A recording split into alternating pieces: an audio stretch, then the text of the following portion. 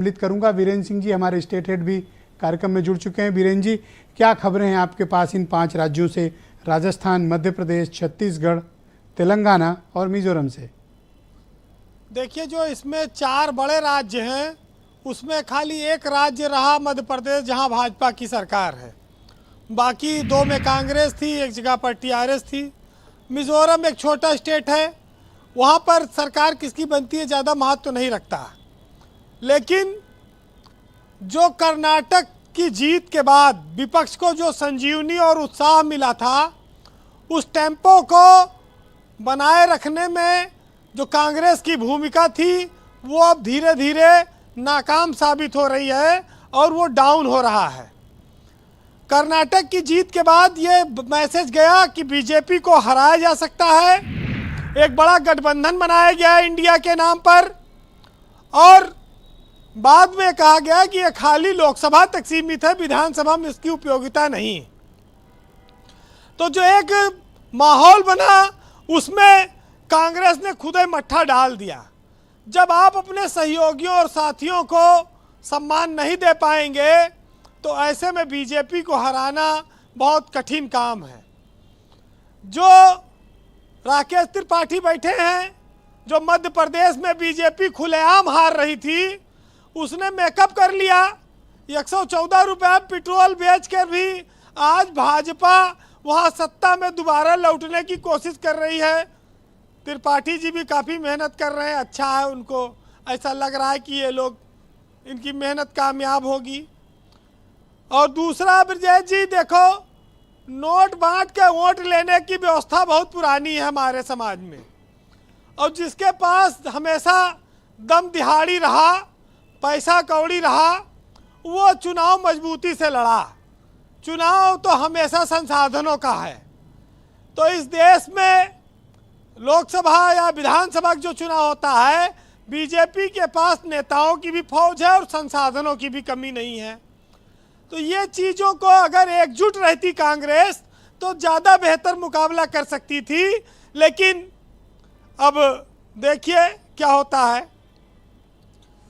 5 राज्यों के चुनाव इस देश की दिशा को तय करेंगे, इसमें कोई शक नहीं है। एक मैसेज देंगे, एक रास्ता दिखाएंगे। लेकिन ब्रजेश जी, मायावती, अखिलेश यादव, लोकदल मध्य प्रदेश और राजस्थान में यहाँ पर उछल कूद कर रहे हैं ना कि हम भी लड़ाएंगे, 30-35 सीट लड़ जाएं। महान दल से गठबंधन कर लिया, मायावती भी लड़ाए। जीते के बाद भले इनके विधायक सब भाग जाते सत्ता के साथ, लेकिन आज तो नुकसान सब इंडिया गठबंधन का हो रहा है। अब वहाँ पर इनको ये बात समझनी चाहिए थी। तो जो गठबंधन कांग्रेस की ताकत बन सकता था, वो उनके लिए परेशानी का सबब बना हुआ है। ये एक बड़ी समस्या है। ऐसे में ये लगता है कि भाजपा मध्य प्रदेश और राजस्थान में चुनाव जीत सकती है, क्योंकि राजस्थान में भी कांग्रेस में गुटबाजी रही। छत्तीसगढ़ में कांग्रेस जीत उसकी लोग बताते हैं कि निश्चित है, दोबारा सरकार बनेगी। तेलंगाना में भी कांग्रेस सरकार बना सकती है, जैसा कि लोग बताते।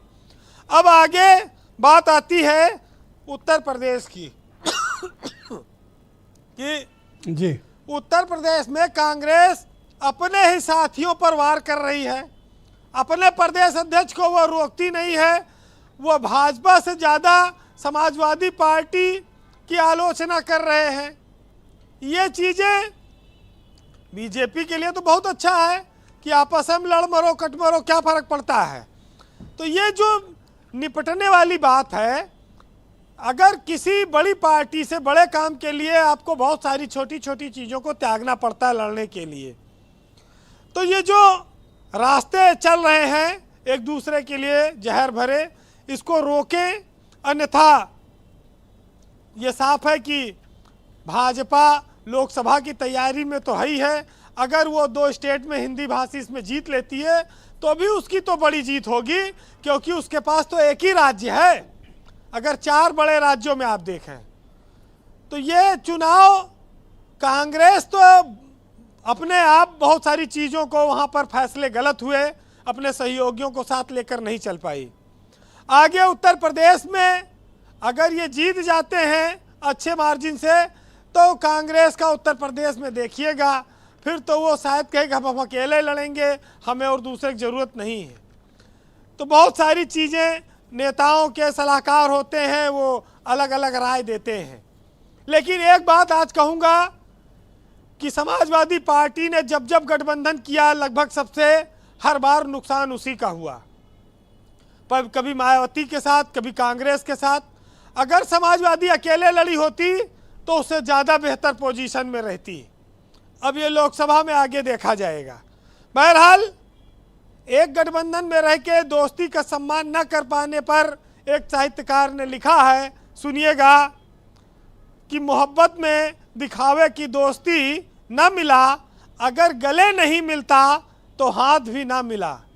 और वैसे ये सोच लो, अब आखिरी साया है मोहब्बत, इस दर से उठोगे तो कोई दूसरा दर न मिलेगा।